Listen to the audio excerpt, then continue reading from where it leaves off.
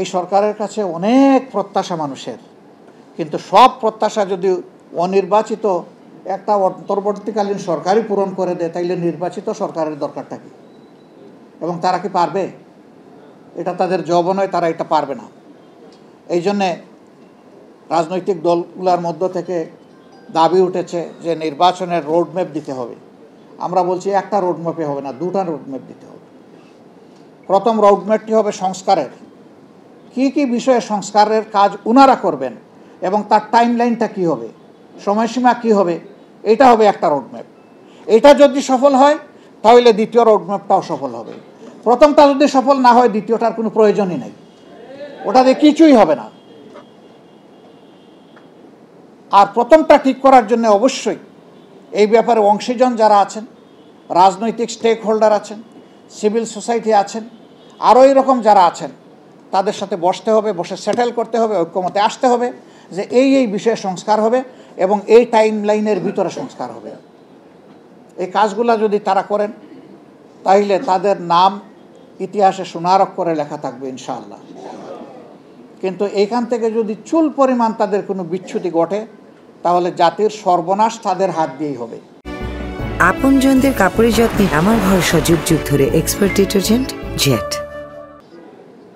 আমরা আশঙ্কা থেকে বাঁচতে চাই এবং আশাবাদী হয়ে থাকতে চাই। এই জন্যে আমরা আহ্বান জানাবো অনতি বিলম্বে তারা সংস্কারের বিষয়টা নিয়ে ডায়ালগ ওপেন করে এর একটা উপসংহারে উপনীত হবেন এবং তখন তারা সেইভাবেই আগাবেন। যদি এই রোডম্যাপ ধরে সংস্কার আগায়, আমরা বিশ্বাস করি মাসের পর মাস খুব বেশি প্রয়োজন হবে না, একটা সুনির্দিষ্ট সময়ের মধ্যে এটা সম্ভব। এটা যখনই একটা পূর্ণতার পর্যায়ে পৌঁছে যাবে সাথে সাথে নির্বাচনী রোডম্যাপ দিয়ে দিতে হবে, আর দেরি করা যাবে না। কারণ নির্বাচনের দিকে যাওয়ার মানেই হচ্ছে গণতন্ত্রের দিকে ফিরে আসা। দেশে তো গণতন্ত্রকে জবাই করা হয়েছে, একটা টার্ম চালু করা হয়েছিল উন্নয়নের গণতন্ত্র।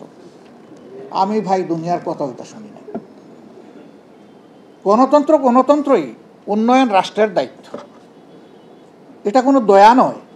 নাগরিকদের ট্যাক্সের টাকায় এবং দেশের প্রয়োজনে ঋণ করা টাকায় দুইটাকে সমন্বিত করে জনগণ তার কাঙ্ক্ষিত উন্নয়ন পাবে, এটা জনগণের অধিকার আর এটা সরকারের দায়িত্ব। আমাদের একটা ব্যাড কালচার আছে, জনগণের টাকায় আমরা বিভিন্ন ধরনের স্থাপনা তৈরি করি আর ওখানে আমার বাপের নামটা আমি টানাই দিই। টানান, একটার জায়গায় 10টা টানান, আপনার সম্পত্তি বিক্রি করে টানান। জনগণের টাকায় যদি কোনো নাম দিতে হয় তাহলে জনগণ যা পছন্দ করে তাই দিতে হবে। হ্যাঁ, জাতীয় বীরদেরকে সম্মানিত করার এই প্রভিশন সভ্য জগতে রয়েছে, সেইটা সম্মানের সাথে হতে হবে, যেখানে সেখানে নয়, সর্বত্র নয়, সব কিছুতে নয়। সেটাও হতে হবে পরিমিত পরিমাণ এবং যথাস্থানে যথাযথভাবে। আর পালা বদলের সাথে সাথে নাম বদলের এই কালচার, এটাও কোনো ভালো লক্ষণ না।